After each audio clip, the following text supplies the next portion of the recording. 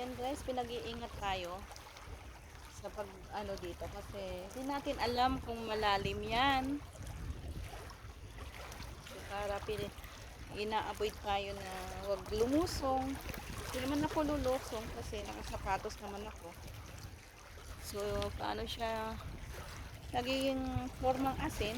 So, yan guys. So, yan. So, mag-isa muna ako ngayon naglalakad. Yan mga guys, ang ano, yan ang ano ng forma ng asin dito sa Dead Sea. Oh. Ayan. Mamaya lulusong tayo, maliligo tayo. Pero sa ngayon, mag-ano muna tayo, vlog. I-vlog lang natin ang asin. Ano siya gawin.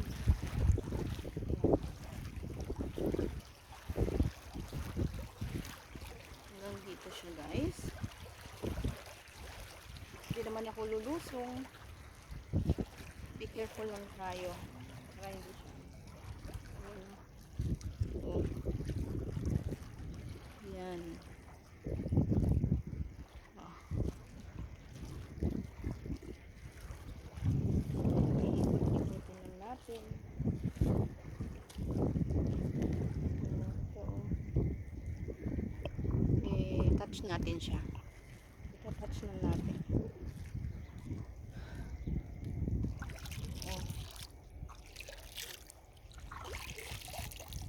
Maalat po to. Maalat. Maalat siya. Tsaka ano siya, madulas. Madulas yung tubig niya. Madulas. Oh, may ano siya, mineral talaga. Madulas. So for the meantime mga guys, akit tayo. Uga.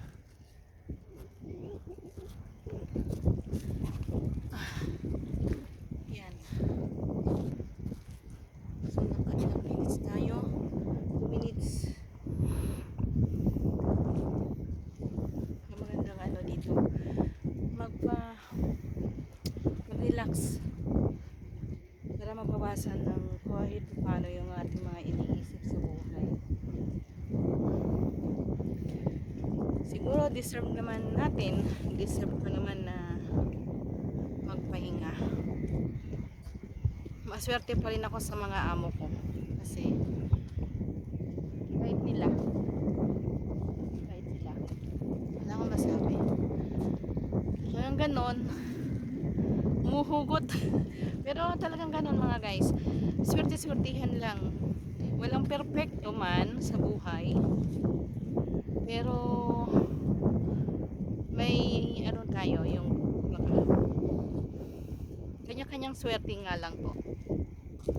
So ayan, iikot ko kayo.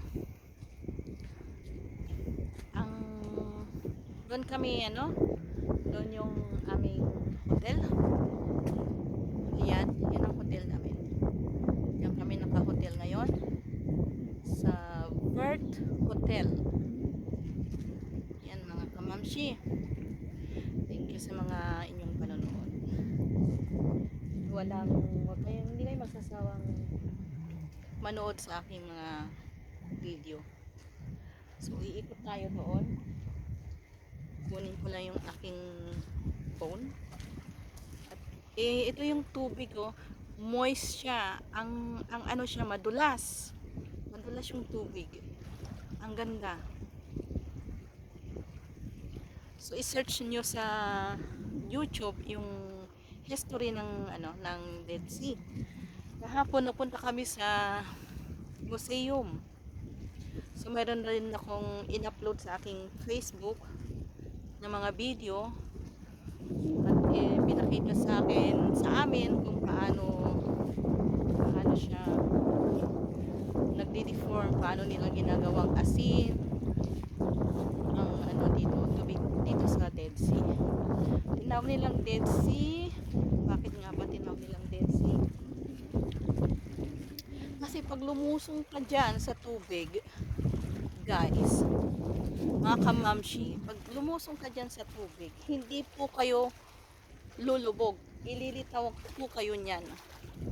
Ililitaw kayo niyan kasi wala siyang wala siyang dito. Hindi ko napag-aralan, guys, pero maganda siya at maipapaliwanag ko din kung bakit. Kasi ang ganda niya, ang gandang pakinggan yung ng tubig dito sa Yamamel. So ayan, tignan nyo, guys. Makikita ko ulit kung paano siya nadi-deform na salt. Yan, sa pangpang yan, makikita nyo umaano yung asin. Ayan, kita nyo yung mga puti na yon, asin yan. Ito siya, ito rin. Mapakita ko sa inyo dito yung asin dito. So, ingat tayo. Ayan to po, ito mga guys. Nasaan na yung camera ko? Hindi ko ito siya, ito. Ayan, ano yung asin. Yan siya, yan mga mamshi, ito po yung asin na hawak ko. Yan, nadi-deform po siyang asin. Kung paano siya mag-deform ng asin, maalat po siya. Pag nagugas ka, siya, madulas. Ayan, madulas siya mga kamamshi. Ayan, dumidikit. So, ayan mga kamamshi, ikot na tayo hanggang sa doon tayo punta. Punta tayo doon.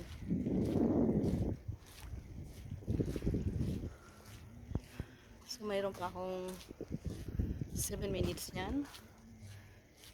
Itutur ko kayo. Ayan, authorized swimming zone. May babala ko mga kamamshi. Yan ang hotel. Yan, maganda yan hotel. Malinis na hotel. At yung pagkain nila masarap. Sarap yung pagkain nila dyan. So yung mga gustong magpunta sa Dead Sea, kasama may mga amo, pwede kayong pumunta dyan sa na yan, na hotel. Ikot na tayo doon mga kamamshi. Yan.